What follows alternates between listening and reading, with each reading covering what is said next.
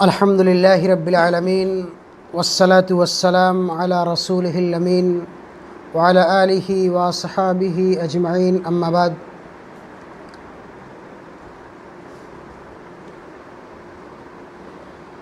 قال اللہ سبحانہ وتعالی فی کلامہ المجید ان عدۃ الشہور عند اللہ 12 شہرا فی کتاب اللہ یوم خلق السماوات والارض منها 4 حرم ذلك الدین القیم فلا تظلموا فیہن انفسکم الی آخر الآیہ۔ وعن ابی بکرۃ رضی اللہ تعالی عنہ عن النبی صلی اللہ علیہ وسلم قال السنة 12 شهرا منها 4 حرم 3 متوالیات ذو القعدة وذو الحجة والمحرم ورجب مضر الذي بين جمادى وشعبان،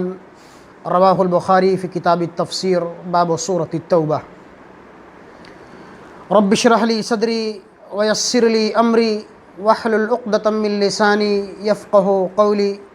رب زدنی علما ربنا تقبل منا انک انت السمیع العلیم۔ محترم بھائیو، دوستو، اس سے پہلے کہ میں اپنے موضوع کی وضاحت کروں، میں اپنا مختصر تعارف آپ کے سامنے پیش کر دینا مناسب سمجھتا ہوں۔ خاکسار کا نام عبدالباری شفیق السلفی ہے۔ میں نے ہندوستان کی مایہ ناز اسلامک یونیورسٹی جامعہ سلفیہ مرکزی دارالعلوم بنارس سے سن 2011 میں سند فراغت حاصل کی ہے۔ میں فی الحال الحمدللہ شہر ممبئی کی معروف و مشہور درسگاہ جامعہ اسلامیہ نور باغ کوسہ ممبرا میں بحیثیت مدرس اور وہاں کے ماہنامہ ترجمان ماہنامہ مجلہ نور کا ایڈیٹر اور مدیر ہوں۔ ساتھ ہی ساتھ آپ تمام بھائیوں بزرگوں کے تعاون اور مدد سے، دعاؤں سے میں شہر ممبئی کی ایک اہم یونیورسٹی ممبئی کالینا یونیورسٹی سے اردو لینگویج میں ایم فل کر رہا ہوں۔ الحمدللہ میرا ایم فل کا مقالہ پائے تکمیل کو پہنچ چکا ہے۔ ان قریب میں اپنا وہ مقالہ جمع کر کے انشاءاللہ العزیز پی ایچ ڈی میں داخلہ لوں گا اور انشاءاللہ مستقبل میں ڈاکٹر بنوں گا۔ اللہ رب العالمین سے دعا ہے کہ مولا کریم ہمیں ہمارے مقصد میں کامیاب کرے، اور رب العالمین ہم تمام بھائیوں بزرگوں کو اس دنیا کے اندر کثرت سے اعمال حسنہ کرنے کے ساتھ ساتھ اور دینی پروگراموں میں، دینی محفلوں میں بڑھ چڑھ کر کے حصہ لینے کی توفیق عطا فرما، آمین۔ میرے بھائیوں، دوستو، خطبہ مسنونہ کے بعد میں نے سورہ توبہ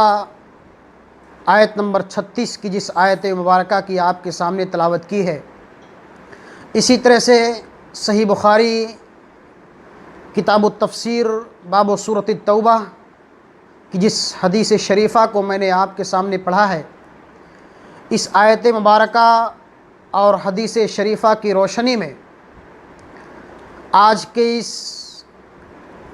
درس کا موضوع عظمت محرم اور ہمارا معاشرہ ہے۔ یہ مبارک مہینہ جو ہمارے سروں پر سایہ فگن ہے، جس کی آج 5ویں تاریخ ہے، یہ محرم الحرام کا مہینہ نہایت ہی عظمت، برکت اور تقدس کا مہینہ ہے۔ اس کی حرمت کو، اس کی اہمیت کو، اس کی فضیلت کو اللہ رب العالمین نے اپنے مقدس کلام کے اندر اور نبی کائنات جناب محمد رسول اللہ صلی اللہ علیہ وسلم نے اپنی احادیث کے اندر بیان فرمایا ہے۔ ہم مسلمانوں کو، ہم امت محمدیہ کے افراد کو چاہیے کہ ہم گہرائی اور گہرائی کے ساتھ کتاب و سنت کا مطالعہ کریں، قرآن و حدیث کا مطالعہ کریں، اور کتاب و سنت کے ذریعے سے جو پیغام ہم تک پہنچتی ہیں یا جن کاموں کے کرنے کا رب العالمین ہمیں حکم دیتا ہے، ہم اخلاص الالہیت کے ساتھ رب العالمین اور نبی کائنات کے تعلیمات و احکامات پر عمل پیرا ہو کر کے اس دنیا کے اندر زندگی گزاریں۔ اسی میں ہم سب کی کامیابی اور کامرانی ہے۔ اللہ رب العالمین اپنے مقدس کلام سورہ توبہ کے اندر ارشاد فرماتا ہے کہ ان عدت الشہور عند اللہ 12 شہرا فی کتاب اللہ یوم خلق السماوات والارض، بے شک ہم نے سال کو 12 مہینوں کے اندر ڈیوائیڈ کر دیا ہے، تقسیم کر دیا ہے، یعنی ایک سال یہ 12 مہینوں پر مشتمل ہوتا ہے۔ جب سے اللہ نے آسمان و زمین کو پیدا کیا ہے، یعنی ابتدائے آفرینش سے ہی، شروع ہی سے رب العالمین نے سال کو 12 مہینوں میں تقسیم کر دیا ہے۔ یوم خلق السماوات والارض منہا 4 حرم، اللہ فرماتا ہے کہ ان 12 مہینوں میں سے 4 مہینے حرمت و تقدس کے ہیں، عظمت کے ہیں، فضیلت والے ہیں، بابرکت ہیں۔ منہا 4 حرم ذالک الدین القیم، یہی بہترین اور درست دین ہے۔ فلا تظلموا فیہن انفسکم، لہذا اے امت محمدیہ کے افراد، تم عموماً تمام مہینوں میں، سال کے 12 مہینے میں اور خصوصی طور پر سال کے ان 4 حرمت والے مہینوں میں اپنی نفسوں پر ظلم و زیادتی مت کرو، قتل و خریزی مت کرو، جنگ و جدال مت کرو، جہاد مت کرو، گالی گلوج مت کرو، بے حیائیوں اور فحاشیوں سے، برائیوں سے اپنے دامن کو بچاؤ۔ کیوں؟ اس لیے کہ اگر انسان کوئی گناہ کا کام کرتا ہے، کوئی معصیت کا کام کرتا ہے، تو رب العالمین اس کو عذاب دیتا ہے، لیکن اگر کوئی انسان ان حرمت والے مہینوں میں کوئی گناہ کا کام کرتا ہے تو اللہ اس کو ڈبل عذاب دیتا ہے۔ جس طرح سے اللہ سبحانہ و تعالیٰ ان حرمت والے مہینوں میں اگر ہم کوئی نیک عمل کرتے ہیں، کوئی اچھا عمل کرتے ہیں، تو اللہ رب العالمین ہم کو اس پر دوگنا ثواب دیتا ہے، اسی طرح سے اگر ہم کوئی گناہ کریں گے تو ہم کو دوگنا عذاب بھی دیتا ہے۔ اللہ رب العالمین نے اجمالی طور پر ارشاد فرمایا کہ سال 12 مہینوں کا ہوتا ہے، اس میں سے 4 مہینے حرمت کے ہیں، لیکن رب العالمین نے اپنے پورے مقدس کلام کے اندر، قرآن کریم کے اندر کہیں اس بات کا تذکرہ نہیں فرمایا کہ وہ حرمت کے مہینے کون کون سے ہیں۔ وہ عظمت کے مہینے جو ہم نے بنائے ہیں، تقدس کے مہینے جن میں خصوصی طور پر تم کو جنگ و جدال نہیں کرنا ہے، قتل و خریزی نہیں کرنا ہے، وہ مہینے کون سے ہیں؟ آپ قرآن کریم کا مطالعہ کریں گے، پڑھیں گے اس کو، تو کہیں آپ کو اس بات کی تعلیم نہیں ملے گی یا اس بات کی توضیح نہیں ملے گی کہ وہ حرمت کے مہینے کون کون سے ہیں۔ اس کی تشریح اور توضیح ہمیں اللہ کے رسول جناب محمد رسول اللہ صلی اللہ علیہ وسلم کی احادیث سے ملتی ہے۔ ایک علمی نکتہ ہے، اس دنیا کے اندر رہتے ہوئے کچھ لوگ احادیث نبویہ کا انکار کرتے ہیں۔ وہ کہتے ہیں کہ ہمارے لیے قرآن کافی ہے، ہم قرآن کو پڑھیں گے، قرآن کی تعلیمات اور احکامات پر عمل کر لیں گے، ہمارے نجات کے لیے کافی ہے، اور وہ احادیث کا یا حدیثوں میں کچھ حدیثوں کا انکار کرتے ہیں۔ ایسے لوگ ظالم ہیں، گمراہ ہیں، اس لیے کہ جب تک ہم اللہ کے رسول کے فرمودات کو، اللہ کے رسول کی صحیح احادیث کا مطالعہ نہیں کریں گے، یا ہم اللہ کے رسول کی تمام تعلیمات کو ہم سامنے نہیں رکھیں گے، ہم قرآن کو سمجھ ہی نہیں پائیں گے۔ اس لیے کہ قرآن کی تشریح اور توضیح کے لیے، قرآن کی مجمل آیتوں کی تشریح کے لیے اور اس کی وضاحت کے لیے اللہ رب العالمین نے اپنے نبی کو بھیجا ہے، نبی پر آپ نے الہام کیا ہے، وہی نازل فرمائی ہے۔ قرآن کریم کے اندر بہت ساری ایسی آیتیں ہیں جس کی تفسیر آپ کو قرآن کریم کے اندر نہیں ملے گی۔ مثال کے طور پر آپ نماز کا معاملہ لے لیجئے، قرآن کریم کے اندر اللہ رب العالمین نے ہم مسلمانوں کو، ہم امت محمدیہ کو نماز پڑھنے کا حکم دیا ہے۔ یا ایھا الذین آمنوا قوموا الی الصلاۃ واقیموا الصلاۃ وآتوا الزکاۃ وارکعوا مع الراکعین۔ بہت سارے مقامات پر اللہ نے ہم مسلمانوں کو نماز پڑھنے کا حکم دیا ہے، لیکن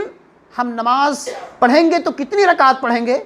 کب کب نماز پڑھیں گے، کس کس اوقات میں نماز پڑھیں گے، کس نماز میں ہم کتنی رکعت نماز پڑھیں گے، ظہر کی نماز میں ہم کتنی رکعت پڑھیں گے، عصر میں کتنی رکعت پڑھیں گے، مغرب میں کتنی رکعت پڑھیں گے، فجر میں کتنی پڑھیں گے، اس کی تشریح اور توضیح آپ کو قرآن کریم کے اندر کہیں نہیں ملے گی۔ اس کی تشریح کہاں ملے گی ہمیں؟ اللہ کے رسول کی احادیث کے ذریعے سے۔ نبی نے ہم کو پڑھ کر کے صحابہ کو بتلایا ہے، سکھلایا ہے اور تعلیم دی ہے کہ اگر آپ کو ظہر کی نماز پڑھنی ہے تو 4 رکعت پڑھنی ہے، جمعہ کی نماز پڑھنی ہے تو اللہ کے رسول نے 2 رکعت پڑھ کر کے بتلایا ہے۔ اگر کوئی انسان جمعہ کی نماز 4 رکعت پڑھتا ہے تو کیا اس کی نماز صحیح ہوگی؟ نہیں ہوگی۔ کیوں؟ اس لیے کہ نبی نے ہم کو 2 ہی رکعت پڑھ کر کے بتلایا ہے، سکھلایا ہے۔ اللہ کے رسول نے فرمایا کہ صلو کما رأیتمونی اصلی، اے میرے صحابہ، اے میرے ساتھیوں، اے میرے امت کے لوگوں، تم اسی طرح نماز پڑھو جس طرح مجھے پڑھتے ہوئے دیکھتے ہو۔ آپ نے فرمایا تھا کہ خذوا عنی مناسککم، اے میرے صحابہ تم مجھ سے حج کے طریقے سیکھ لو، ہو سکتا ہے کہ آئندہ سال میں تمہارے ساتھ حج نہ کر سکوں، آج میں تمہارے ساتھ موجود ہوں، تم مجھ سے حج کے طریقے سیکھ لو اور تم اسی طرح سے حج کرنا جس طرح سے تم مجھ کو کرتے ہوئے دیکھتے ہو۔ اسی طرح سے بہت ساری آیتیں ہیں، بہت سارے احکامات ہیں جن کی تفصیل آپ کو قرآن کریم کے اندر نہیں ملے گی، اس کی تشریح آپ کو احادیث کے ذریعے معلوم ہوگی۔ جو لوگ قرآن کریم کو اپنے نجات کے لیے کافی مانتے ہیں، احادیث نبویہ کا انکار کرتے ہیں، ان تمام لوگوں کے رخساروں پر یہ حدیث مبارکہ ایک زناٹے دار تماچا ہے کہ اللہ رب العالمین نے اپنے مقدس کلام سورہ توبہ کے اندر ارشاد فرماتا ہے کہ 1 سال 12 مہینوں کا ہوتا ہے، ان 12 مہینوں میں سے 4 مہینے حرمت و تقدس کے ہیں، عظمت کے ہیں۔ اب وہ مہینے کون سے ہیں اس کی تشریح اللہ کے رسول فرماتے ہیں۔ اللہ کے رسول فرماتے ہیں، صحیح بخاری کی روایت ہے کہ السنۃ 12 شہرا منہا 4 حرم، سال 12 مہینوں کا ہوتا ہے، اس میں سے 4 مہینے حرمت کے ہیں، ذی القعدہ کا مہینہ، ذی الحجہ کا مہینہ اور محرم الحرام کا مہینہ، اور چوتھا مہینہ رجب کا مہینہ ہے الذی بین جمادی و شعبان، جو جمادی الاخرہ اور شعبان کے درمیان آتا ہے۔ صحیح بخاری کتاب تفسیر کی روایت ہے۔ تو اس حدیث مبارکہ کے اندر اللہ کے رسول قرآن کریم کی اس آیت مبارکہ کی تشریح کر رہے ہیں کہ پہلا مہینہ جو حرمت کا ہے، جس میں مسلمانوں پر جنگ و جدال کرنا حرام قرار دیا گیا ہے، قتل و خریزی کرنا حرام قرار دیا گیا ہے۔ ذی القعدہ کے مہینے میں مسلمان جہاد نہیں کر سکتے، لڑائی نہیں کر سکتے۔ ذی الحجہ کے مہینے میں مسلمان رب العالمین کے مقدس گھر کی زیارت کرنے کے لیے اپنے شہروں کو چھوڑ کر کے، اپنے ملکوں کو چھوڑ کر کے، اپنی بستیوں کو چھوڑ کر کے مکہ مکرمہ جا کر کے رب العالمین کے مقدس گھر کی زیارت کرتے ہیں۔ اللہ رب العالمین نے اپنے مقدس کلام کے اندر، نبی کائنات نے احادیث مبارکہ کے اندر پے در پہ حرمت کے 3 مہینوں کو اکٹھا کر دیا ہے۔ محرم الحرام کا مہینہ یہ اسلامی تقویم اور کیلنڈر کا پہلا مہینہ ہے، یہی سے اسلامی مہینے کی شروعات ہوتی ہے۔ اللہ کے رسول کے ہجرت کے واقعے کو لے کر کے جب ظالموں نے، کفار و مشرکین نے مسلمانوں کو خوب ستایا اور آپ کو اور آپ کے صحابہ کو مکہ میں رہنا دوبھر کر دیا، تو اللہ کے حکم سے نبی کائنات نے اپنے مقدس شہر کو چھوڑ کر کے، اپنی بستی اور قریہ کو چھوڑ کر کے مدینہ منورہ کی طرف ہجرت کی تھی۔ اسی واقعے کو لے کر کے بعد میں حضرت عمر فاروق رضی اللہ تعالیٰ عنہ کے دور خلافت میں مسلمانوں کے ایک باہمی اتفاق سے اس بات پر اتفاق کیا گیا کہ ہجرت کے واقعے کو لے کر کے اسلامی تقویم اور کیلنڈر کی ابتدا کی جائے۔ چنانچہ وہیں سے محرم الحرام کا اسلامی مہینہ وہیں سے شروعات ہوتا ہے۔ تو اللہ کے رسول فرماتے ہیں کہ اللہ رب العالمین نے 3 مہینوں کو ایک کے بعد دیگر حرمت والا کیوں بنایا ہے؟ اس میں حکمت اور مصلحت کیا ہے؟ ذی القعدہ کے بعد ذی الحجہ کا مہینہ آتا ہے، اس کے فوراً بعد ہی محرم الحرام کا مہینہ آتا ہے، تینوں مہینے حرمت کے مہینے ہیں، اور رجب کا مہینہ ہے جو بیچ میں مہینہ آتا ہے جو حرمت کا مہینہ ہے۔ یہ 3 مہینے ایک کے بعد دیگرے کیوں آتے ہیں؟ اس کی حکمت اور مصلحت کچھ ہو سکتی ہے کہ نہیں ہو سکتی ہے؟ اللہ نے اگر کچھ بنایا ہے، کچھ قانون نافذ کیا ہے تو اس کی کچھ حکمت ہو سکتی ہے۔ حافظ ابن کثیر رحمۃ اللہ علیہ اپنی مایہ ناز تفسیر ابن کثیر کے اندر لکھتے ہیں، ان حرمت والے پیدر پہ مہینوں کی حکمت اور مصلحت بیان کرتے ہوئے فرماتے ہیں کہ اس میں اللہ کی ایک حکمت اور مصلحت یہ بھی ہو سکتی ہے کہ اس نے 3 مہینوں کو ایک کے بعد دیگرے اس لیے بنایا کہ ذی الحجہ کا مہینہ جو حرمت والا مہینہ ہے، جس میں دنیا کے تمام مسلمان اپنے شہروں اور بستیوں کو چھوڑ کر کے، اپنے ملکوں کو چھوڑ کر کے، اپنے بال بچوں کو چھوڑ کر کے، اپنے گھر بار کو چھوڑ کر کے مکہ مکرمہ جا کر کے رب العالمین کے مقدس گھر کی زیارت کرتے ہیں، خانہ کعبہ کا طواف کرتے ہیں، صفا اور مروہ کی سعی کرتے ہیں، مزدلفہ میں قیام کرتے ہیں، مینا میں جا کر قیام کرتے ہیں، عرفات کے میدان میں جا کر ٹھہرتے ہیں نہایت ہی سکون کے ساتھ، امن و امان کے ساتھ۔ اس میں اللہ کی حکمت اور مصلحت یہ ہے کہ جب ذی الحجہ کے مہینے میں مسلمان خانہ کعبہ کی زیارت کرنے کے لیے جائیں گے تو ان کو چین و سکون چاہیے کہ وہ اپنے گھروں سے جب وہ نکلے تو نہایت ہی سکون کے ساتھ نکلے، اور جو اپنے بال بچوں کو اپنے گھروں میں چھوڑ کر کے جائیں تو نہایت ہی سکون کے ساتھ چھوڑ کے جائیں، ان کے اوپر کوئی ذہنی ٹینشن نہ ہو، کوئی بوجھ نہ ہو کہ ہم خانہ کعبہ کی زیارت کرنے کے لیے جا رہے ہیں اور ہمارے بال بچوں پر کوئی پریشانی آ سکتی ہے۔ اسی لیے کفار و مشرکین بھی زمانے جاہلیت میں بھی لوگ ان حرمت والے مہینوں کے تقدس کو پامال نہیں کرتے تھے، اس کی عظمت کو وہ لوگ بھی سمجھتے تھے، اور ان حرمت والے مہینوں میں وہ بھی لڑائی جھگڑا بند کر دیا کرتے تھے، قتل و خریزی بند کر دیا کرتے تھے، اور خانہ کعبہ کا طواف کیا کرتے تھے۔ اس لیے جب ذی القعدہ کے مہینے میں لوگ نکلتے ہیں تو سکون کے ساتھ ذی الحجہ کے مہینے میں حج کی ادائیگی کرتے ہیں، اور اس کے بعد محرم الحرام کے مہینے میں وہ خانہ کعبہ کی زیارت کرنے کے بعد نہایت ہی امن و سکون کے ساتھ اپنے گھروں کو واپس لوٹتے ہیں۔ ابھی آپ دیکھ رہے ہیں کہ حجاج کرام کا قافلہ در قافلہ مکہ مکرمہ اور مدینہ منورہ سے ایک کے بعد دیگرے قافلہ آ رہا ہے محرم الحرام کے مہینے میں۔ یہی وجہ ہے کہ اسلام نے، دین محمدیہ نے، شریعت اسلام نے ایسے مسلمانوں پر جو صاحب استطاعت ہوں، جن پر حج کرنا لازم اور ضروری ہے، اگر ان کے ملکوں میں، ان کے شہروں میں یا مکہ مکرمہ میں اگر جنگ و جدال چل رہی ہو، 2 ملکوں کے درمیان جھگڑا اور لڑائی چل رہا ہو، تو ایسی صورت میں اس فریضے کو رب العالمین ساقط کر دیتا ہے۔ کیوں؟ اس لیے کہ ایک مسلمان کی، ایک انسان کی جان کی بہت قدر و قیمت ہے، انسان کی جان کی بہت اہمیت ہے، اور اللہ رب العالمین کسی کے جان اور کسی کے جان و مال کا نقصان نہیں کرانا چاہتا ہے۔ یہی وجہ ہے کہ اس اہم فریضے کو ایسی صورت میں، ایسے ناگفتہ بحالت میں اس کو ساقط کر دیا جاتا ہے۔ تو حافظ ابن کثیر رحمۃ اللہ علیہ اس کی تفسیر بیان کرتے ہیں کہ جب ایسا کوئی معاملہ ہو،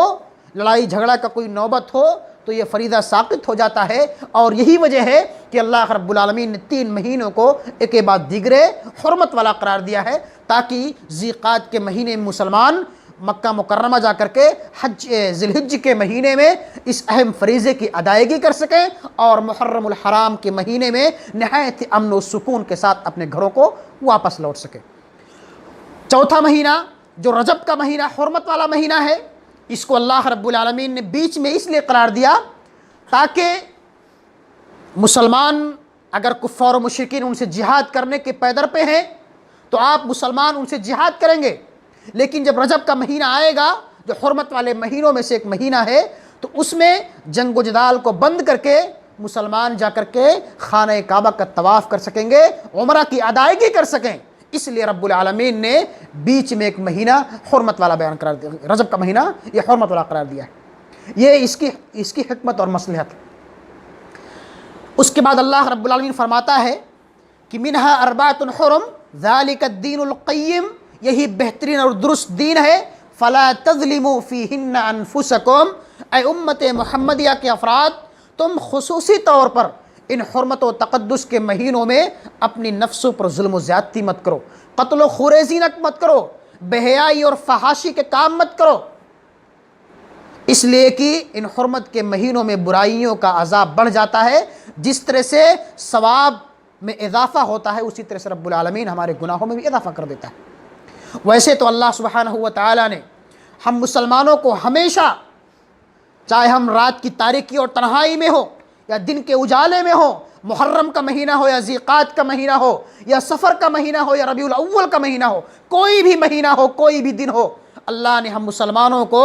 قتل و خریزی کرنے سے، جنگ و جدال کرنے سے، بے حیائی اور فحاشی کے کاموں کے کرنے سے، برائیوں کے کرنے سے اللہ نے ہم کو منع فرمایا ہے۔ کیوں؟ اس لیے کہ جب انسان کوئی گناہ کا کام کرتا ہے تو اس کا دل جو ہے زنگ آلود ہو جاتا ہے، اس کے دل پر ایک سیاہ دھبا پڑ جاتا ہے۔ اللہ فرماتا ہے کہ کلا بل ران علی قلوبہم ما کانوا یکسبون، ان کے دل جو سیاہ ہو گئے ہیں،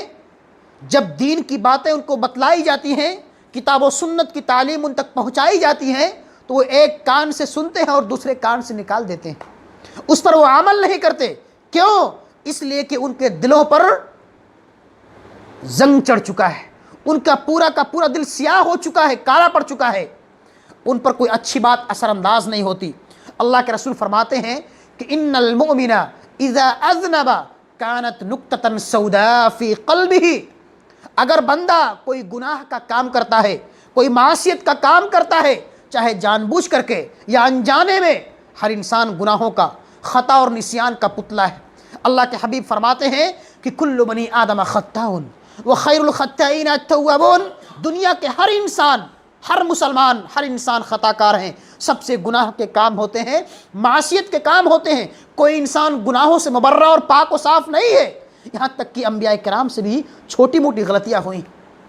تو اللہ کے رسول فرماتے ہیں کہ کل بنی آدم خطاء وخیر الخطائین التوابون، دنیا کا ہر انسان خطا کار ہے، ہر انسان سے غلطیاں ہوتی ہیں، معصیت کے کام ہوتے ہیں، لیکن ان گنہگاروں میں، ان خطا کاروں میں سب سے اچھے اور بہتر لوگ وہ ہیں جن سے اگر کوئی غلطی ہو جاتی ہے، کوئی چھوٹا موٹا غلط کام ہو جاتا ہے، فوراً وہ اپنے پروردگار کی طرف رجوع کرتے ہیں، اپنے رب کی طرف رجوع کرتے ہیں، رب العالمین کے مقدس گھروں میں آ کر کے الہا وزاری کرتے ہیں، اپنی جبین نیاز کو خم کر کے، اپنی پیشانی کو ٹیک کر کے، اپنے ماتھے کو جھکا کر کے، اپنے ہاتھوں کو پھیلا کر کے، اپنے دامن کو پھیلا کر کے رات کی تاریکی اور تنہائی میں اللہ سے روتے ہیں، اللہ کے سامنے گریہ وزاری کرتے ہیں، اللہ سے توبہ اور استغفار کرتے ہیں، اے اللہ مجھ سے گناہ کا کام ہو گیا ہے، اے اللہ مجھ سے خطا ہو گئی ہے، اے اللہ میرے ہاتھ کے ذریعے سے فلاں کو تکلیف پہنچ گئی ہے، میرے زبان کے ذریعے سے فلاں کو چوٹ پہنچ گئی ہے، اے اللہ مجھ سے غلطی ہو گئی ہے تو میرے اس گناہ کو معاف کر دے۔ یقیناً رب العالمین بندے کے گناہوں کو معاف کرنے والا ہے، وہ تو چاہتا ہے کہ میرے بندے میرے پاس آئیں، مجھ سے توبہ کریں، مجھ سے استغفار کریں، میں اپنے بندوں کے گناہوں کو معاف کر دوں۔ رب العالمین اپنے اس بندے سے کتنا خوش ہوتا ہے جو بندہ گناہ کے کرنے کے بعد یا گناہ ہو جانے کے بعد اپنے پروردگار کی طرف رجوع کرتا ہے۔ رب العالمین ہمارے گناہوں کو معاف کرنے کے لیے صبح اور شام آسمان دنیا پر نازل ہوتا ہے اور پکار کے کہتا ہے کہ اے میرے بندو تم مجھ سے توبہ کرو، مجھ سے استغفار کرو، میں تمہارے گناہوں کو معاف کر دوں گا۔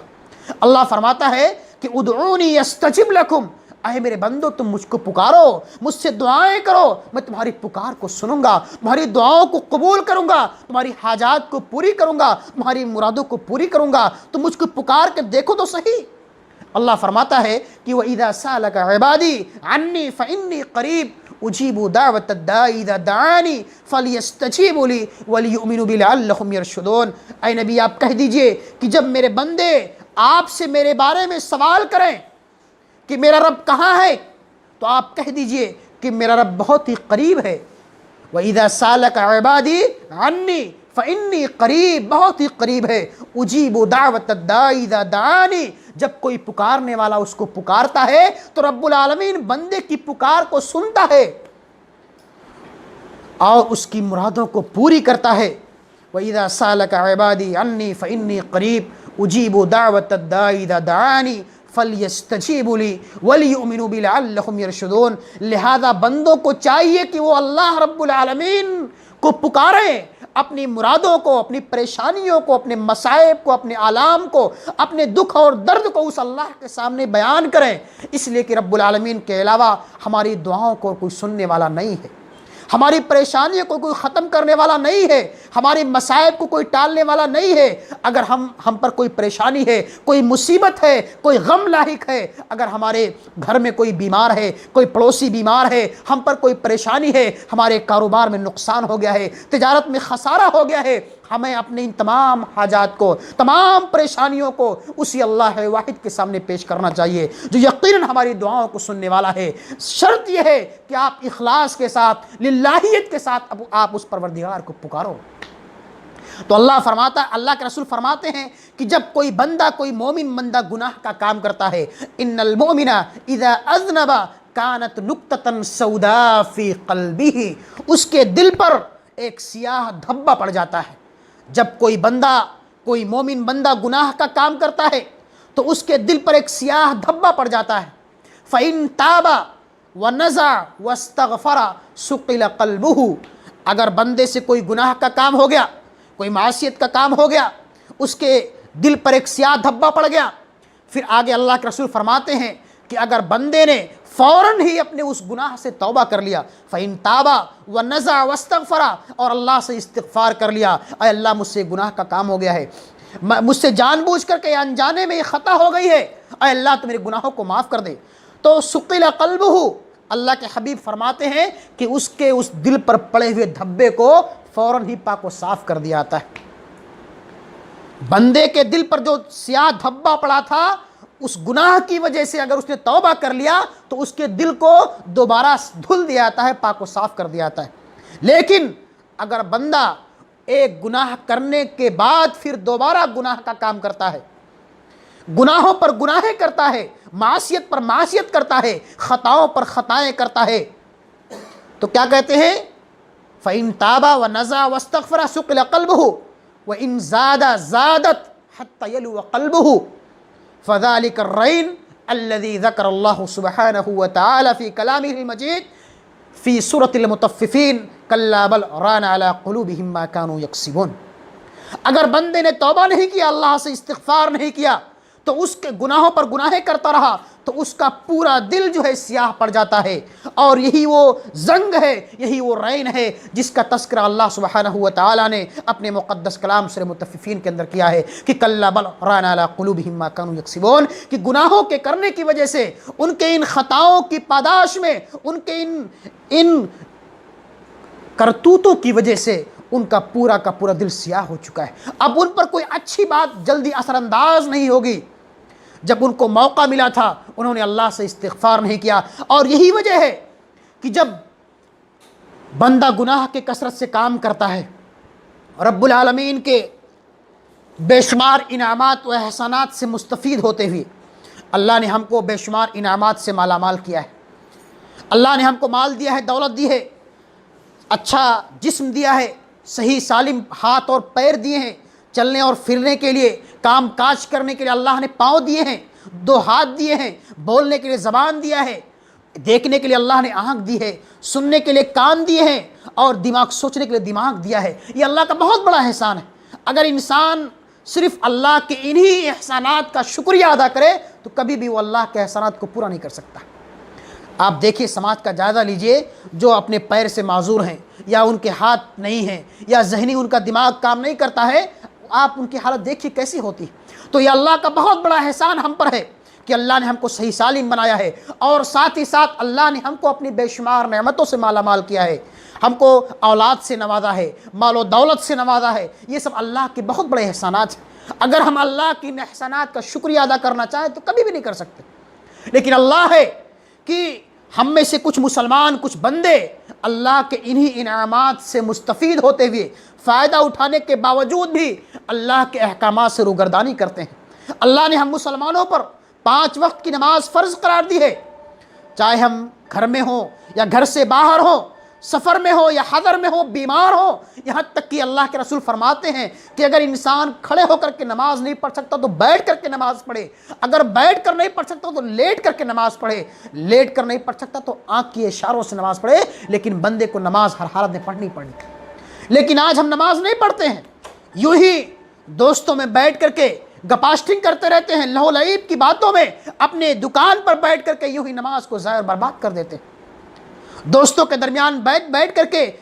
دنیاوی خرافات میں ملوث رہتے ہیں، کھیل کود میں ہم مگن رہتے ہیں، اذان ہوتی ہے، مؤذن کی صدائیں ہماری سماعت سے ٹکراتی ہیں، حی علی الصلاۃ، آؤ نماز کی طرف، حی علی الفلاح، آؤ کامیابی کی طرف، لیکن ہمارے کانوں پر جو تک نہیں رینگتے. ہم اپنے کام کاج میں اس طرح مگن رہتے ہیں, اپنے بال بچوں کے ساتھ ہم اس طرح مگن رہتے ہیں کہ ہمیں نماز پڑھنے کی فرصت نہیں ملتی. میرے بھائیوں, یہ بہت بڑا المیہ ہے آج ہمارے معاشرے اور سماج کا, جس پر ہمیں گہرائی اور گہرائی سے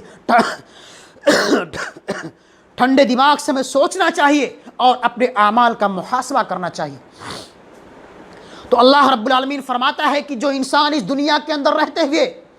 رب العالمین کے انعامات سے مستفید ہوتے ہوئے اللہ کے احکامات سے روگردانی کرتے ہیں, اللہ رب العالمین ان کے دنیاوی زندگی کو تنگ کر دیتا ہے, ان پر قسم قسم کی بلائیں ڈال دیتا ہے, پریشانیاں ڈال دیتا ہے. لوگ اس دنیا کے اندر روزیاں کماتے ہیں, محنت و مشقت کرتے ہیں, اپنے بال بچوں کی اچھی مستقبل کے لیے بھاگ دوڑ کرتے ہیں, پیسہ کماتے ہیں, روپیہ کماتے ہیں, بینک بیلنس کرتے ہیں, پراپرٹی اور جائیداد بناتے ہیں. کس کے لیے؟ اپنے بال بچوں کے لیے. لیکن آپ جان لیجئے کل قیامت کے دن یہی اولاد آپ کو ایک نیکی دینے سے دور بھاگے گی, ایک نیکی دینے سے دور بھاگے گی. یہی اولاد جس کے مستقبل کے لیے, جس کی اچھی تعلیم اور تربیت کے لیے آپ اس دنیا کے اندر حلال اور حرام کی تمیز کے بغیر روزیاں کماتے ہو, سودی کاروبار کرتے ہو, رشوت لیتے اور دیتے ہو, اور بےمانی کر کے, چوری کر کے, ڈکیتی کر کے, جھوٹ بول کر کے, کاٹا مار کر کے, لوگوں کو دھوکہ دے کر کے آپ روزیاں کماتے ہو, بینک بیلنس کرتے ہو اپنے بچوں کی مستقبل کے لیے. یہی اولاد, یہی بیوی بچے کل قیامت کے دن آپ کو ایک نیکی دینے سے دور بھاگیں گے. اللہ رب العالمین فرماتا ہے کہ یوم یفر المرء من اخیہ وامہ وابیہ وصاحبتہ وبنیہ لکل امرئ منہم یومئذ شأن یغنیہ وجوہ یومئذ مسفرہ الی آخر الآیہ. آپ کا سگا بھائی آپ سے دور بھاگے گا, آپ کی بیوی آپ سے دور بھاگے گی, آپ کا بیٹا آپ سے دور بھاگے گا, آپ کا باپ آپ سے دور بھاگے گا. کیوں؟ اس لیے کہ میرا بیٹا, میرا باپ, میری بیوی, میری ماں, میری بہن, میرا بھائی مجھ سے ایک نیکی نہ مانگ لے اور میری نیکیوں کے اندر کمی آ جائے. یہ قیامت کا دن ہوگا,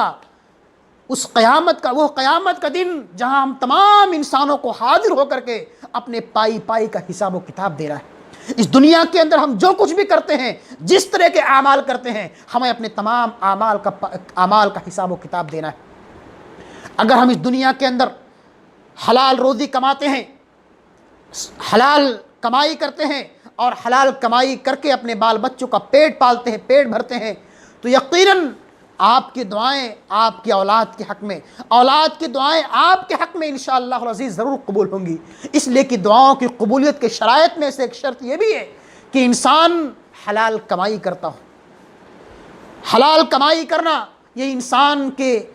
قبولیت اعمال کے شرائط میں سے ایک شرط ہے. اگر انسان حرام کمائی کرتا ہے, سودی کاروبار کرتا ہے, رشوت لیتا اور دیتا ہے, فراڈ کرتا ہے, لوگوں کو ٹوپی پہنا کر کے کاروبار کرتا ہے, تو ایسے انسان کے کاروبار میں کبھی برکت نہیں ہو سکتی ہے. اگر ظاہری طور پر جس کو ہم برکت کہتے ہیں, یا ہم کہتے ہیں کہ بہت انسان جو ہے بہت اچھا کاروبار کر کے لوگوں کو بیوقوف بنا کر کے اچھا پیسہ کما رہا ہے, لیکن میرے بھائیوں یہ ہمارا وہم و گمان ہے.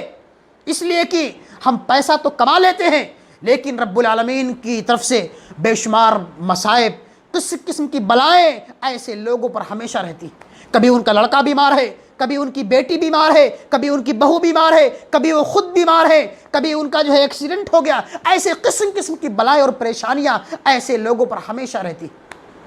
جو لوگ اس دنیا کے اندر رب العالمین کے دیے ہوئے انعامات سے مستفید ہوتے ہوئے اس کے احکامات کی پاسداری نہیں کرتے, اللہ فرماتا ہے کہ ومن اعرض عن ذکری فإن له معیشة ضنقا ونحشره يوم القیامة اعما قال ربی لما حشرتنی اعما وقد كنت بصیرا قال كذلك اتتك آیاتنا فنسیتها وكذلك اليوم تنسى. اللہ فرماتا ہے کہ جنہوں نے اس دنیا کے اندر میری آیتوں سے, میری نشانیوں سے, میرے احکامات اور فرامین سے روگردانی کی, میں نے اپنے انعامات اور احسانات اس پر کیے تھے, لیکن میرے رسول اس کے پاس آئے تھے, میں نے اپنی کتابوں کو اس پر نازل کیا تھا, میرے رسولوں نے, پیغمبروں نے اور امت کے سلف صالحین نے, علماء کرام نے کتاب و سنت کی تعلیمات کو ہم تک پہنچایا تھا, لیکن لوگوں نے اس کو ایک کان سے سنا دوسرے کان سے نکال دیا. اس تعلیمات پر, ان تعلیمات پر انہوں نے عمل نہیں کیا. تو اللہ فرماتا ہے کہ ومن اعرض عن ذکری فإن له معیشۃ ضنقا، ہم ان کی دنیاوی زندگی کو تنگ کر دیتے ہیں، ان پر قسم قسم کی بلائیں اور پریشانیاں ڈال دیتے ہیں، مصیبت ڈال دیتے ہیں۔ انسان کماتا تو اچھا پیسہ ہے لیکن اس کے کاروبار میں برکت نہیں ہوتی، کبھی وہ خود جو ہے ٹینشن میں رہتا ہے، کوئی بیمار ہے، کوئی کہیں مریض ہے، ایڈمٹ ہے، اس طرح قسم قسم کی بلائیں اور پریشانیاں انسان پر ہمیشہ لاحق رہتی۔ تو اسی کو اللہ فرماتا ہے کہ ہم اس کی دنیاوی زندگی کو تنگ کر دیتے ہیں۔ وَنَحْشُرُهُ يَوْمَ الْقِيَامَةِ أَعْمَى، اور اللہ فرماتا ہے کہ ایسے ظالموں کو، ایسے گنہگاروں کو، ایسے کفار و مشرکین کو کل قیامت کے دن ہم اندھا کر کے اٹھائیں گے۔ وَقَالَ رَبِّ لِمَ حَشَرْتَنِي أَعْمَى وَقَدْ كُنْتُ بَصِيرًا، وہ ظالم کہے گا، وہ گنہگار کہے گا کہ اے اللہ تو نے دنیا کے اندر ہمیں دیکھنے کی صلاحیت دی تھی، ہم دنیاوی چیزوں کو دیکھتے تھے، دنیا کے اندر چلتے اور پھرتے تھے، آج تو نے ہمیں اندھا کر کے کیوں اٹھایا؟ اللہ فرمائے گا کہ تیرے پاس میرے رسول آئے تھے، پیغمبر آئے تھے، میری کتابیں نازل کی گئی تھی، میرے امت کے اچھے اچھے لوگوں نے، علماء کرام نے کتاب و سنت کی تعلیمات کو تم تک پہنچایا تھا، لیکن تم نے اس پر عمل نہیں کیا، میرے فرامین کو بالائے طاق رکھ دیا، قرآن کریم کا مطالعہ ضرور کیا تھا لیکن اس کے احکامات اور فرامین پر عمل نہیں کیا تھا، اس لیے آج تجھے اندھا کر کے اٹھایا گیا ہے۔ یہی وجہ ہے کہ انسان کو اس دنیا کے اندر رہتے ہوئے اللہ رب العالمین کے انعامات سے مستفید ہوتے ہوئے کثرت سے اعمال حسنہ کرنی چاہیے، اس لیے کہ یہی نیکیاں کل قیامت کے دن ہمارے کام آنے والی ہیں، ورنہ یہ دنیا تو فانی ہے، ایک دن اس دنیا کو چھوڑ کر کے ہم سب کو جانا ہے۔ اس دنیا کے اندر کوئی نہ تو کچھ لے کر کے آیا ہے اور نہ کچھ لے کر کے جائے گا، صرف جو لے کر کے بندہ جائے گا وہ اس کے نیک اعمال ہوں گے، جو اس کے قبر میں بھی کام آئیں گے، روشنی کا کام دیں گے، اور کل قیامت کے دن بھی میدان محشر میں یہی نیکیاں ہمارے لیے کام آئیں گی، پل صراط پر بھی یہی نیکیاں ہمارے لیے کام آئیں گی اور جنت میں جانے کا سبب اور ذریعہ بنیں گے۔ اگر ہم نے اپنے ان قیمتی ایام کو، ان محدود اوقات کو، ہم میں سے کسی کو نہیں معلوم کہ ہماری موت کب آئے گی، کس حالت میں آئے گی، کب آئے گی، کہاں آئے گی۔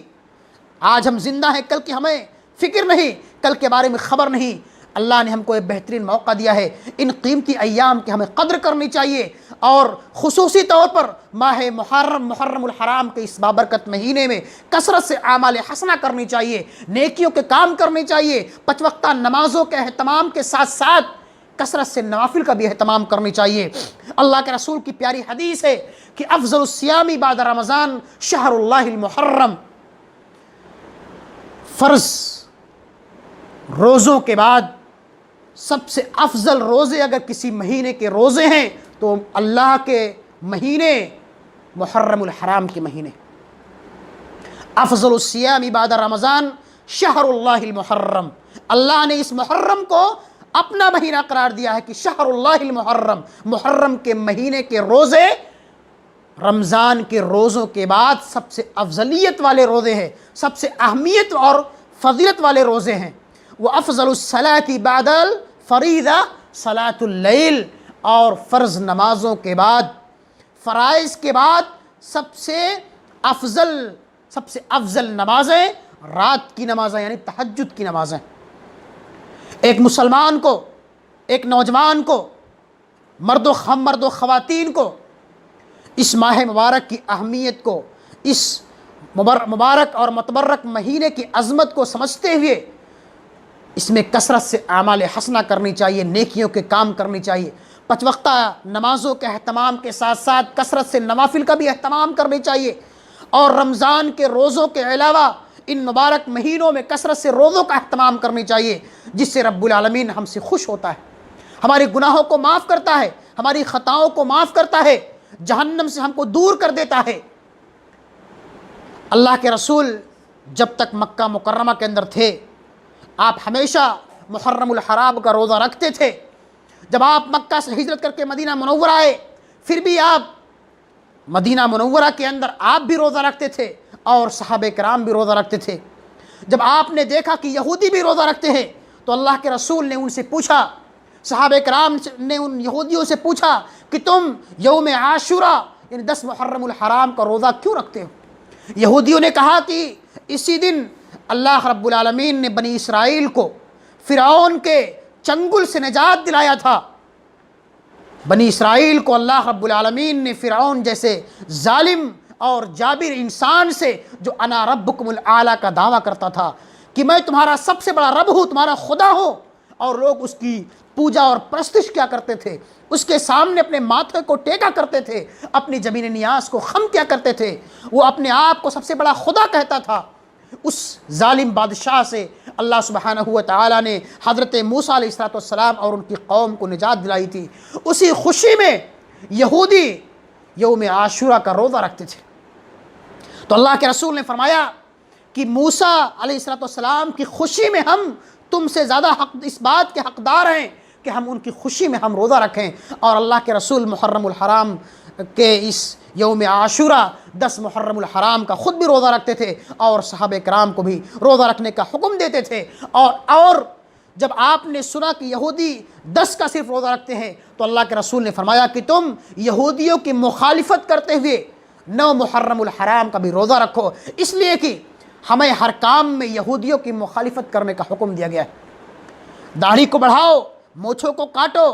یہ اس طرح سے بہت ساری احادیث ہیں جو یہودیوں کی مخالفت کرنے کی ہمیں تعلیم دی گئی۔ تو اس حدیث مبارکہ کے اندر بھی اللہ کے رسول فرماتے ہیں کہ تم یہودیوں کی مخالفت کرتے ہوئے 10 محرم الحرام کے ساتھ ساتھ تم 9 محرم الحرام کا بھی روزہ رکھو، اور اگر میں آئندہ سال زندہ رہا تو انشاءاللہ العزیز 10 محرم الحرام کے ساتھ ساتھ یوم عاشورہ کے ساتھ ساتھ 9ویں تاریخ کا بھی روزہ رکھوں گا۔ لیکن سوئے اتفاق اللہ کے رسول صلی اللہ علیہ وسلم کا اس سے پہلے انتقال ہو گیا اور آپ اس دنیا سے کوچ کر گئے۔ اس روزے کے متعلق اللہ کے رسول کا فرمان ہے کہ جو انسان خلوص اللہیت کے ساتھ رب العالمین کی رضا جوئی کی خاطر یوم عاشورہ کا روزہ رکھتا ہے تو اللہ اس کے 1 سال کے پچھلے گناہوں کو معاف کر دیتا ہے، 1 سال کے پچھلے گناہوں کو معاف کر دیتا ہے۔ اسی طرح سے عرفہ کے روزے کے متعلق اللہ کے رسول فرماتے ہیں کہ جو انسان 9 ذی الحجہ کا روزہ رکھتا ہے تو ایسے لوگوں کے رب العالمین 2 سال کے گناہوں کو معاف کر دیتا ہے، ایک آئندہ سال کے اور ایک پچھلے سال کے۔ تو اسی طرح سے اللہ کے رسول فرماتے ہیں کہ جو بندہ اخلاص اللہیت کے ساتھ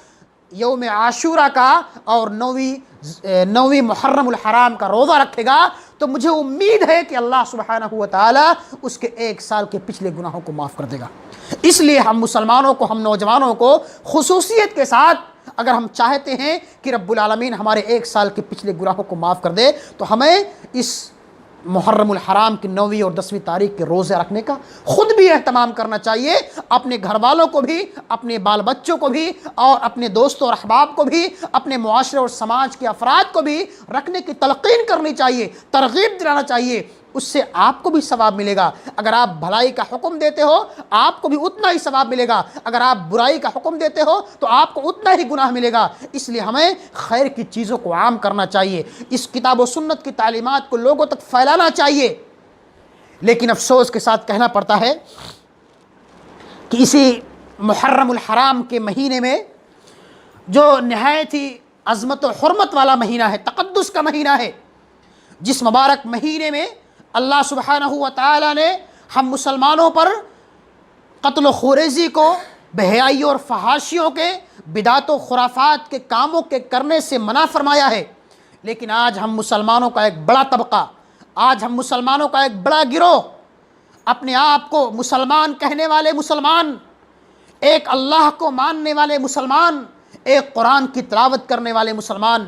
ایک نبی پر ایمان لانے والے مسلمان، ایک خانہ کعبہ کی طرف رک کر کے نماز پڑھنے والے مسلمان، ایک اللہ کے مقدس کلام کی تلاوت کرنے والے مسلمان، اسی ماہ مبارک کے اندر، انہی حرمت و تقدس کے مہینے میں، اسی محرم الحرام کے مہینے میں کچھ ایسی بدعت و خرافات کام انجام دیتے ہیں جس کا کتاب و سنت سے کوئی واسطہ نہیں۔ وہ اعمال کون سے ہیں؟ وہ اعمال جس کو ہمارے مسلمان بھائی اسی ماہ مبارک کے اندر کرتے ہیں، وہ اعمال کون سے ہیں؟ آپ معاشرے اور سماج کا جائزہ لیتے ہیں، آپ سماج کے اندر دیکھتے ہیں کسی ماہ محرم الحرام کے اندر ہمارے کچھ مسلمان بھائی جو اپنے آپ کو مسلمان کہتے ہیں نوحہ اور ماتم کرتے ہیں، نوحہ اور ماتم کرتے ہیں، اپنے رخساروں کو نوچتے ہیں، اپنے گریبانوں کو چاک کرتے ہیں اور جاہلیت کی پکار پکارتے ہیں۔ نوحہ اور ماتم کرنا، اسلاف یا مردوں کی شخصیتوں اور کارناموں کو یاد کر کے رونا اور چلانا اور چیخنا، یہ جاہلیت کے امور میں سے ایک امر ہے۔ اللہ کے رسول محمد رسول اللہ صلی اللہ علیہ وسلم نے ہم مسلمانوں کو نوحہ اور ماتم کرنے سے منع فرمایا ہے۔ اگر کسی انسان کے گھر میں میت ہو جاتی ہے، اگر ہمارا کوئی قریبی انتقال کر جاتا ہے تو زیادہ سے زیادہ 3 دن سے زیادہ کوئی سوگ نہیں منا سکتا، الا یہ کہ کسی عورت کا شوہر مر جائے تو اس کو 4 مہینے 10 دن اس کو عدت میں رہنا ہے۔ اس کے علاوہ کسی انسان کے لیے یہ لازم نہیں ہے، کسی انسان کے لیے یہ جائز نہیں ہے کہ وہ 3 دن سے زیادہ سوگ منائے، نوحہ اور ماتم کرے۔ اللہ کے رسول نے فرمایا تھا کہ 4 فی امتی من امر الجاہلیہ لا یترکونہن، میری امت میں 4 ایسی چیزیں ہیں جس کو میری امت کبھی چھوڑے گی نہیں، اپنے جو ہے نسب اور حسب پر فخر کرے گی۔ یہ امت اپنے حسب اور نسب پر فخر کرے گی، دوسروں پر جتلائے گی، اسی طرح سے نوحہ اور ماتم کرے گی۔ یہ نوحہ اور ماتم کرنا یہ جاہلیت کے امور میں سے ایک امر ہے۔ اللہ کے رسول فرماتے ہیں کہ لیس منا من لطم الخدود وشق الجیوب ودعا بدعوى الجاہلیہ، ایسا انسان ہماری امت میں سے نہیں ہے، دین اسلام سے، شریعت مطہرہ سے اس کا کوئی واسطہ اور نہیں ہے، جو انسان گریبانوں کو چاک کرے، رخساروں کو نوچے اور جاہلیت کی پکار پکارے۔ صحیح بخاری کی روایت ہے کہ لیس منا من لطم الخدود وشق الجیوب ودعا بدعوى الجاہلیہ، جو جاہلیت کی پکار پکارے، نوحہ اور ماتم کرے، ایسے انسان کا چاہے وہ مرد ہو یا عورت ہو اس دین اسلام سے کوئی واسطہ نہیں، اس لیے کہ اللہ کے رسول نے فرما دیا کہ نوحہ اور ماتم کرنا حرام ہے، دین اسلام کے اندر جائز نہیں ہے۔ تو ہمیں چاہیے کہ ہم نوحہ اور ماتم کرنے سے اپنے آپ کو بچائیں۔ اگر ہماری گھروں کی مائیں اور بہنیں اس طرح کے خرافات کے کام انجام دیتی ہیں تو ہمارا یہ فریضہ اور ذمہ داری ہے کہ ہم اپنے گھروں کی اصلاح کریں، اپنی بہن بیٹیوں کو، اپنی ماں اور بہنوں کو سمجھائیں کہ اسلام کا طریقہ نہیں ہے۔ اسلام کو تو ہمیں اچھے اچھے کام کرنے کا حکم دیتا ہے، نماز پڑھنے کا حکم دیتا ہے، روزہ رکھنے کا حکم دیتا ہے کہ آپ اس ماہ مبارک کے اندر کثرت سے روزوں کا اہتمام کرو۔ اللہ کے رسول روزوں کا اہتمام کرتے تھے، صحابہ کرام 5 وقتہ نمازوں کے ساتھ ساتھ کثرت سے نوافل کا بھی اہتمام کرتے تھے اور راتوں کو اٹھ کر کے تہجد گزاری کیا کرتے تھے۔ یہ اچھے اعمال ہیں، آپ اس کا اہتمام کرو۔ نوحہ اور ماتم کرنا یہ اسلام کے اندر جائز نہیں۔ نوحہ اور ماتم ہمارے جو سماج کے لوگ، معاشرے کے لوگ کرتے ہیں، وہ کس بیس پہ کرتے ہیں؟ ان کے پاس کیا ثبوت ہے، کیا پروف ہے؟ دراصل وہ حضرت حسین رضی اللہ تعالیٰ عنہ کے غم میں، جو اللہ کے رسول جناب محمد رسول اللہ صلی اللہ علیہ وسلم کے نواسے ہیں، حضرت علی رضی اللہ تعالیٰ عنہ اور حضرت فاطمہ الزہرا رضی اللہ تعالیٰ عنہ کے صاحبزادے ہیں، ان کی وفات کے غم میں، ان کے شہادت کے غم میں یہ واویلا مچاتے ہیں، یہ خرافات کام انجام دیتے ہیں، یہ نوحہ اور ماتم کرتے ہیں۔ میرے بھائیوں، حضرت حسین رضی اللہ تعالیٰ عنہ کو یقیناً کربلا کے میدان میں سن 61 ہجری میں نہایت ہی ظالمانہ طور پر، المناک طور پر ان کو شہید کیا گیا۔ اس کا غم ہمیں بھی ہے، ہم امت محمدیہ کو، ہم اہل سنت والجماعت کو، ہم مسلک اہل حدیث کے ماننے والوں کو بھی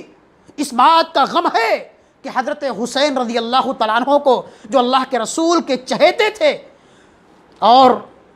جنت کے اندر نوجوانوں کے سردار ہیں، جن کے بارے میں اللہ کے رسول نے فرمایا تھا کہ یہ جنت کے اندر نوجوانوں کے سردار ہیں، ان کو کربلا کے میدان میں نہایت ہی ظالمانہ طور پر شہید کیا گیا۔ ہمیں بھی اس کا غم ہے، لیکن ان کی شہادت کا واقعہ کس سن میں آتا ہے؟ سن 61 ہجری میں ہوتا ہے۔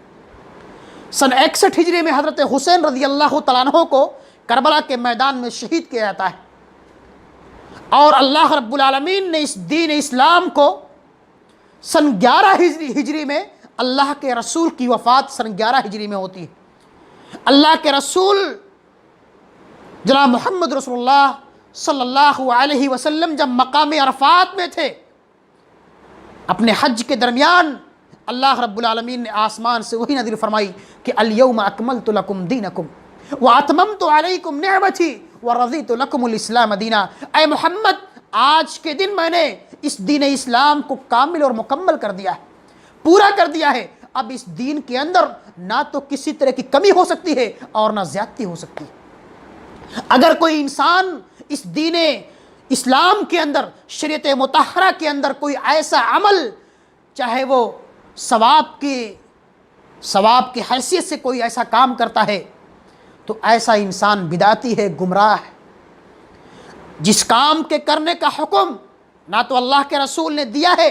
نہ کر کے صحابہ کو سکھلایا ہے، نہ کرنے کا حکم دیا ہے، اور نہ صحابہ نے کیا ہے، اگر ہم میں سے کوئی انسان ایسا نیک عمل کرے گا جس کو وہ نیک سمجھتے ہوئے، اس کی مثال یہ ہے کہ اللہ کے رسول نے ظہر کی نماز ہم کو 4 رکعت پڑھائی ہے، جمعہ کی نماز 2 رکعت پڑھائی ہے۔ اگر ہم سمجھیں یا سوچیں کہ جمعہ کی نماز پڑھنا کتنا افضل عمل ہے، کتنا ثواب کا کام ہے۔ جمعہ کی نماز گرچہ اللہ کے رسول نے 2 رکعت پڑھائی ہے، لیکن ہم ثواب سمجھتے ہوئے جمعہ کی نماز 4 رکعت پڑھ لیں، ظہر کی نماز 5 رکعت پڑھ لیں، مغرب کی نماز 3 رکعت ہم پر فرض ہے، نبی نے 3 رکعت پڑھائی ہے، صحابہ نے 3 رکعت پڑھی ہے، ہم اس کو 4 رکعت پڑھیں ثواب سمجھ کر کے، کیا ہم کو ثواب ملے گا؟ نہیں ملے گا۔ کیوں نہیں ملے گا؟ اس لیے کہ اللہ اور اس کے رسول نے ہم کو ایسا کرنے کا حکم نہیں دیا ہے، نبی نے ہم کو کر کے دکھلایا نہیں ہے، صحابہ کو نہیں بتلایا ہے۔ آپ نے فرمایا تھا کہ صلو کما رأیتمونی اصلی، تم اسی طرح نماز پڑھو جس طرح مجھے پڑھتے ہوئے دیکھتے ہو۔ اور اللہ رب العالمین نے اپنے مقدس کلام کے اندر بارہا اس بات کی تعلیم دی ہے کہ یا ایھا الذین آمنوا اطیعوا اللہ واطیعوا الرسول واولی الامر منکم فان تنازعتم فی شیء فردوہ الی اللہ والرسول۔ اے مومنو، تم اللہ کی اطاعت کرو اور اللہ کی اطاعت کرنے کے بعد رسول کی اطاعت کرو۔ من یطع الرسول فقد اطاع اللہ، جس نے رسول کی اطاعت کی اس نے گویا اللہ کی اطاعت کی۔ یعنی رسول کی اطاعت کرنا گویا کہ اللہ کی اطاعت کرنا ہے۔ اللہ کی اطاعت اور رسول کی اطاعت لازم اور ملزوم چیز ہے۔ ہم دونوں کو جب لے کر کے چلیں گے تبھی اپنے مقصد میں کامیاب اور کامرا ہو سکتے ہیں۔ تو اگر ہم میں سے کوئی انسان اس دین اسلام میں کسی طرح کی کمی اور زیادتی کرتا ہے تو ایسا انسان گمراہ ہے، بدعتی ہے۔ اللہ کے حبیب نے فرمایا تھا کہ من عمل عملا لیس علیہ امرنا فہو رد، اور صحیح مسلم کی روایت ہے من احدث فی امرنا ھذا ما لیس منہ فہو رد۔ جس کسی انسان نے اس دین اسلام کے اندر کسی طرح کی کمی اور زیادتی کی، جس پر نہ تو میں نے کوئی کام کر کے دکھلایا ہے، سکھلایا ہے، بتلایا ہے، یا نہ میرے صحابہ کرام نے کیا ہے، اگر کوئی انسان اس دین کے اندر ایسا کوئی عمل انجام دیتا ہے تو وہ انسان گمراہ ہے اور بدعتی۔ اور نبی نے فرمایا تھا کہ اما بعد فإن كل بدعة ضلالہ، ہر بدعت یہ گمراہی ہے، کل محدثۃ بدعہ، ہر دین کے اندر نئی چیز بدعت ہے، کل بدعۃ ضلالہ، اور ہر بدعت گمراہی ہے، وکل ضلالۃ فی النار، اور ہر گمراہی انسان کو جہنم میں لے جانے والی۔ تو اللہ کے رسول نے ہم مسلمانوں کو ایک صحیح راستے پر چھوڑا ہے، صراط مستقیم پر چھوڑا ہے۔ ہمارا یہ فریضہ اور ذمہ داری ہے کہ ہم نبی کے تعلیمات کو، نبی کے اسوہ کو لے کر کے اس دنیا کے اندر زندگی گزاریں۔ حضرت حسین رضی اللہ تعالیٰ عنہ کو کربلا کے میدان میں سن 61 ہجری میں شہید کیا گیا۔ نبی کائنات پر اللہ نے اس آیت مبارکہ کو حج کے موقع پر نازل فرمایا، اور اللہ کے رسول کی وفات سن 11 ہجری میں ہو جاتی ہے جب دین اسلام کو اللہ نے مکمل کر دیا۔ اب اگر کوئی انسان اس دین اسلامیہ کے اندر اپنی طرف سے کوئی کام ثواب سمجھ کر کرے گا تو اس کو اس پر گناہ ملے گا، عذاب ملے گا، ثواب نہیں ملے گا۔ آج ہمارے مسلمان بھائی جو یہ 10 روزہ پروگرام منعقد کر کے، اسٹیج لگا کر کے اور بڑی بڑی محفلیں منعقد کر کے جو خرافات کام انجام دیتے ہیں، جس کا کتاب و سنت سے کوئی ثبوت نہیں،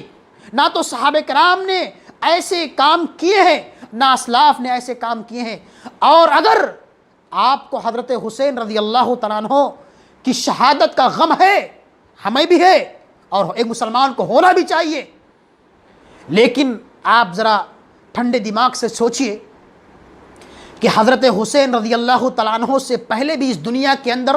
بڑے بڑے صحابہ کرام کو قتل کیا گیا ہے، شہید ہوئے ہیں۔ آپ دیکھ لیجئے حضرت حمزہ رضی اللہ تعالیٰ عنہ جو اللہ کے رسول کے حقیقی چچا ہیں، کتنی محبت تھی اپنے چچا سے، ان کو جنگ احد کے اندر کس طرح بے دردی کے ساتھ ان کو شہید کیا گیا،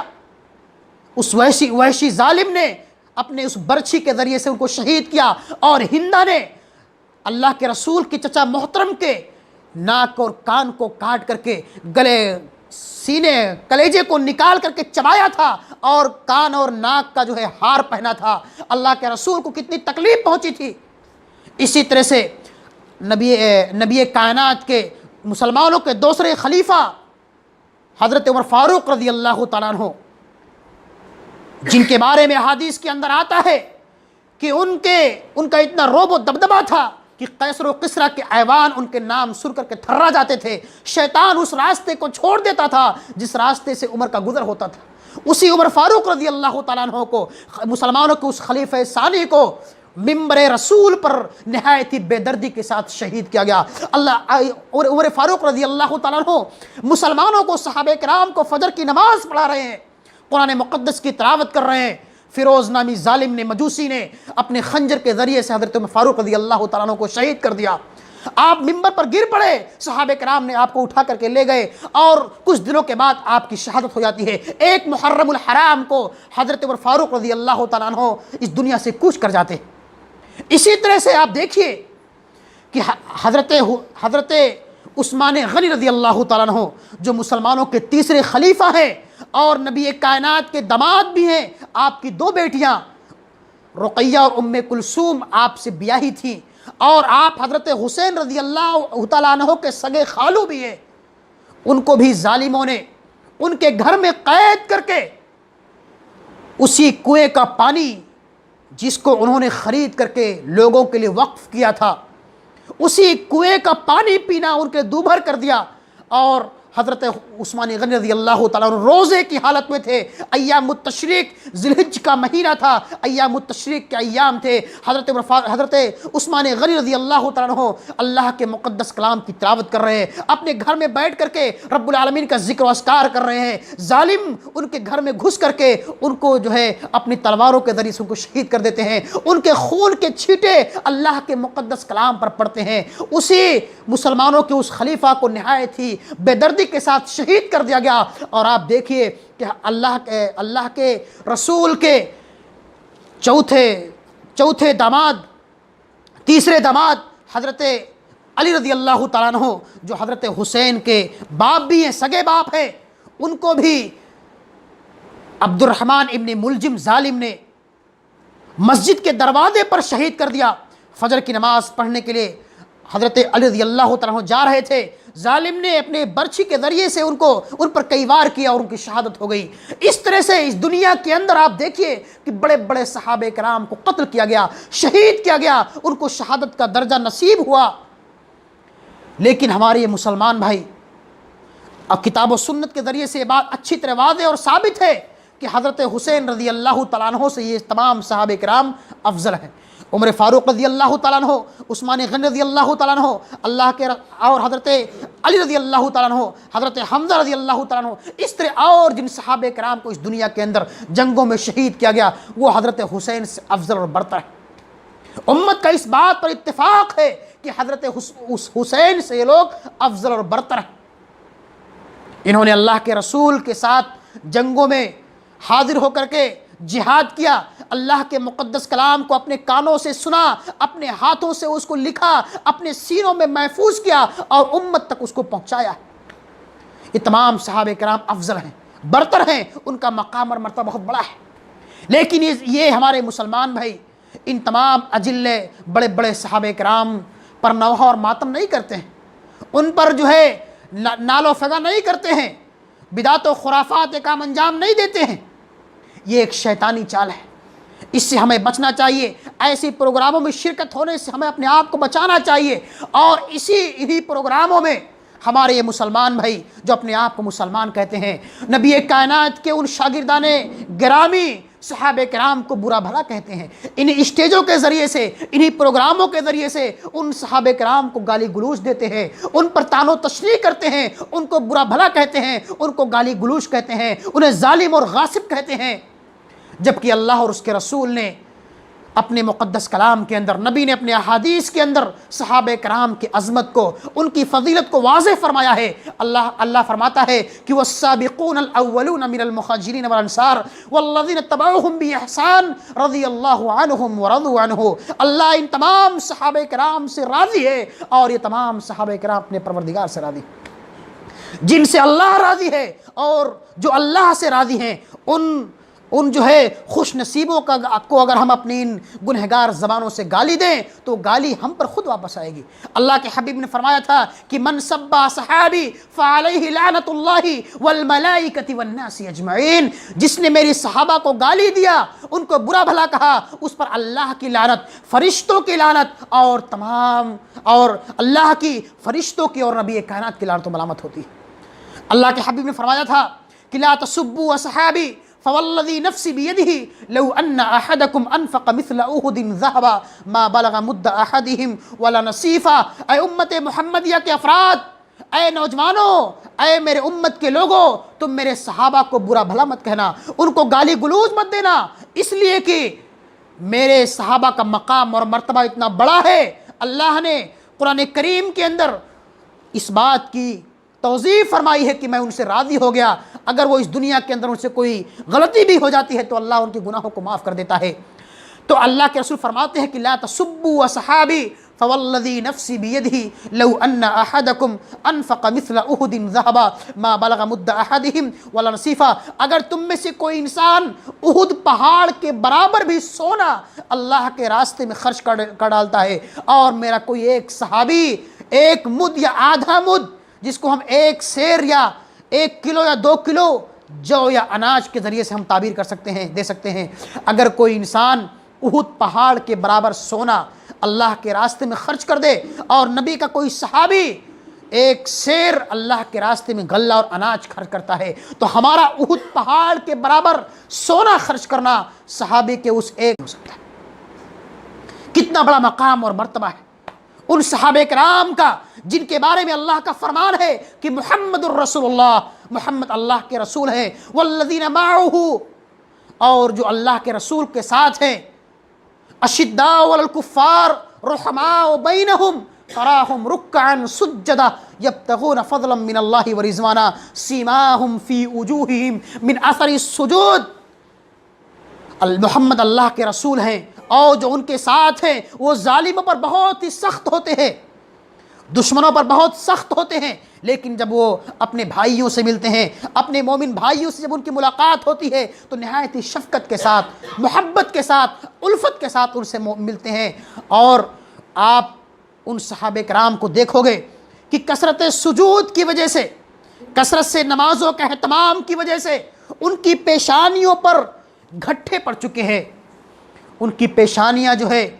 گھٹھوں سے کالے، ان کی پیشانیاں گھٹھوں کی وجہ، نماز کی گھٹھوں کی وجہ سے کالے پڑ چکے ہیں۔ محمد رسول اللہ والذین معہ اشداء علی الکفار رحماء بینہم تراہم رکعا سجدا یبتغون فضلا من اللہ ورضوانا۔ وہ ہمیشہ اللہ کی رضا اور خوشنودی چاہتے ہیں، وہ چاہتے ہیں کہ میرے کس عمل کے ذریعے سے میرا پروردگار مجھ سے راضی اور خوش ہو جائے۔ وہ صحابہ کرام کا مقام اور مرتبہ کتنا بڑا ہے۔ آج میرے بھائیوں، ہم سے قدم قدم پر گناہ کے کام ہوتے ہیں، معصیت کے کام ہوتے ہیں، آج ہم صحیح سے 5 وقت کی نماز نہیں پڑھ پاتے ہیں، آج ہم جو ہے تہجد گزاری تو چھوڑ دیجئے، کثرت سے نوافل کا اہتمام تو چھوڑ دیجئے، آج ہم صحیح سے دن اور رات میں 5 وقت کی نماز نہیں پڑھ پاتے ہیں، اور ہم چلتے ہیں ان صحابہ کرام کی طعن و تشنیع کر کے، انہیں برا بھلا کہنے۔ ہمیں اپنے گریبان میں جھانک کر کے دیکھنا چاہیے، اپنے اعمال کا جائزہ لینا چاہیے کہ ہم کن مقدس ہستیوں کو برا بھلا کہتے ہیں، کن کی طعن و تشنیع کرتے ہیں۔ ہمیں اپنے اعمال کا جائزہ لینا چاہیے، اپنے گریبان میں جھانک کر کے اپنے اعمال کا محاسبہ کرنا چاہیے۔